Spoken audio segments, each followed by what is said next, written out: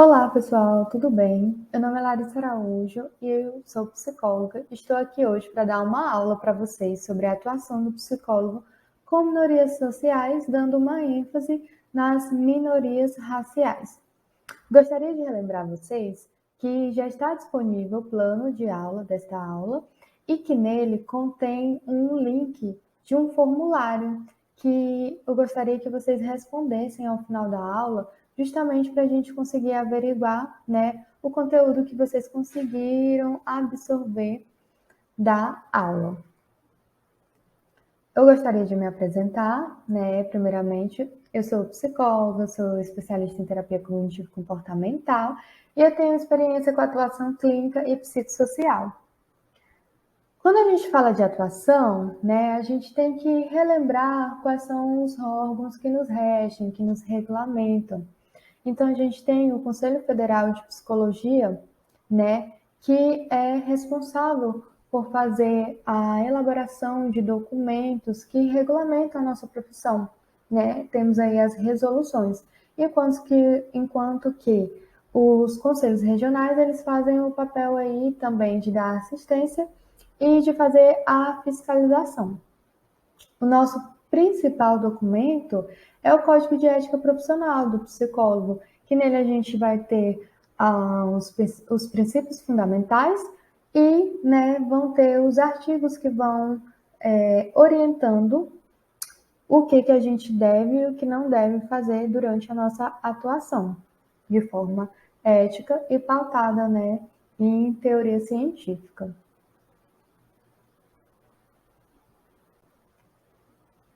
Para a gente falar, né, sobre atuação com minorias sociais, a gente precisa entender, primeiramente, o que são essas minorias sociais. Então, a minoria social é todo grupo que, ao ser comparado com um grupo majoritário, um grupo privilegiado, ela vai estar em vulnerabilidade social. Na sociologia, se fala de minorias, né, aqueles grupos que eles foram marginalizados da sociedade já num contexto histórico. Então, a gente pode caracterizar como minoria social um grupo que é estigmatizado, que sofre prejuízos sociais, como marginalização e opressões, e que tem comprometimento em diversas áreas da vida, como a área da saúde, a área familiar, social e profissional. Para ficar mais claro, eu trouxe esse quadro que foi elaborado pelo grupo de estudos TCC para minorias, no qual ele traz, né, uma forma da gente conseguir identificar uma minoria social através da contextualização da estrutura de poder, tipo de opressão, grupo, que é a norma, que é o grupo privilegiado, e aí a diferença entre o grupo, que é a minoria social. Bom, quando a gente fala de estrutura de poder e branquitude, o tipo de opressão que acontece aqui é o racismo. O grupo privilegiado são as pessoas brancas e a minoria social, logo, são as pessoas não brancas, que pode ser composta por negros, indígenas e asiáticos. Quando a estrutura de poder é o sexismo, o tipo de opressão que ocorre é a misoginia, né? O grupo privilegiado aí é os homens cisgênero e a minoria social, mulheres cisgênero. A estrutura de poder heterossexismo tem como opressão preconceito contra não heterossexuais. E aí a gente chama de homofobia ou bifobia. Tem como grupo privilegiado, como norma, as pessoas heterossexuais. Lembra do nome heteronormatividade? E como minoria social, as pessoas não heterossexuais, que são aquelas lésbicas, gays, bissexuais ou pansexuais. Quando a gente fala de estrutura de poder, né, o cissexismo, a gente tem como forma de opressão o preconceito contra as pessoas trans, né? Aí a gente chama de transfobia. O grupo privilegiado, nesse caso, são as pessoas cisgênero, e a minoria social são as pessoas trans, travestis e transexuais. Eu gostaria que vocês observassem que quando a gente tem essa contextualização, a gente consegue identificar quais são os grupos majoritários, aqueles que têm privilégios, e diante deles, quais são os grupos que destoam e são as minorias sociais. Então, a gente viu aí minorias raciais, minorias em relação a gênero, minorias em relação à sexualidade, e a gente tem também minorias em relação à deficiência, que não foi citado aqui no quadro. Para vocês entenderem, uma só pessoa ela pode ter a identidade social, pode ter várias, né, que podem passar por minoria social ou também por um grupo que seja privilegiado, que esteja dentro da norma. E aí eu trago para vocês um exemplo de interseccionalidade, né, que é justamente quando há mais de uma identidade social, podendo ou não participar de mais de um grupo de minoria, se identificar. Neste caso, eu trouxe para vocês o exemplo de uma mulher cisgênero, negra e lésbica. Mulher cisgênera, ela entra aí como uma minoria em questão do gênero.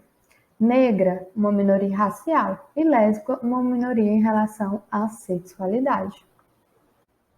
Bom, a resolução do CFP número 018/2002, ela estabelece normas de atuação para os psicólogos em relação ao preconceito e à discriminação racial. Então, essa resolução, ela resolve que, no artigo 1º, nós, psicólogos, a gente deve atuar, né, de acordo com os princípios éticos da nossa profissão e a gente deve contribuir com o nosso conhecimento para uma reflexão sobre o preconceito e para a eliminação do racismo. No artigo 2º, a gente não pode exercer qualquer ação que favoreça a discriminação ou preconceito de raça ou etnia. No artigo 3º, enfatiza que no nosso exercício profissional a gente não pode ser conivente e nem mesmo se omitir perante o crime de racismo. No artigo 4º, relembra que a gente não pode utilizar nem instrumentos ou técnicas psicológicas para criar, manter e reforçar algum tipo de preconceito, estigma, estereótipo ou discriminação racial. O artigo 5º traz que nós não podemos colaborar com eventos ou serviços que sejam de natureza discriminatória ou que contribuam para o desenvolvimento de culturas institucionais discriminatórias. O artigo 6º, por fim, traz que a gente não pode se pronunciar e nem participar de pronunciamentos públicos nos meios de comunicação de massa, de modo a reforçar o preconceito racial.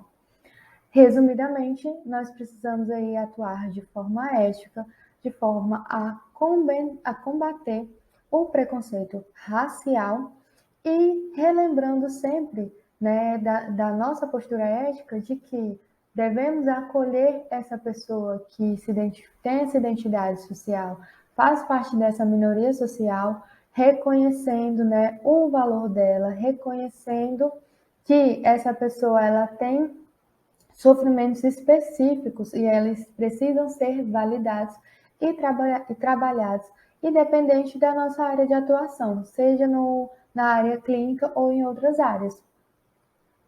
E para finalizar, né, eu gostaria de trazer essa frase de Carl Jung, que é justamente, resumidamente, qual é o nosso trabalho.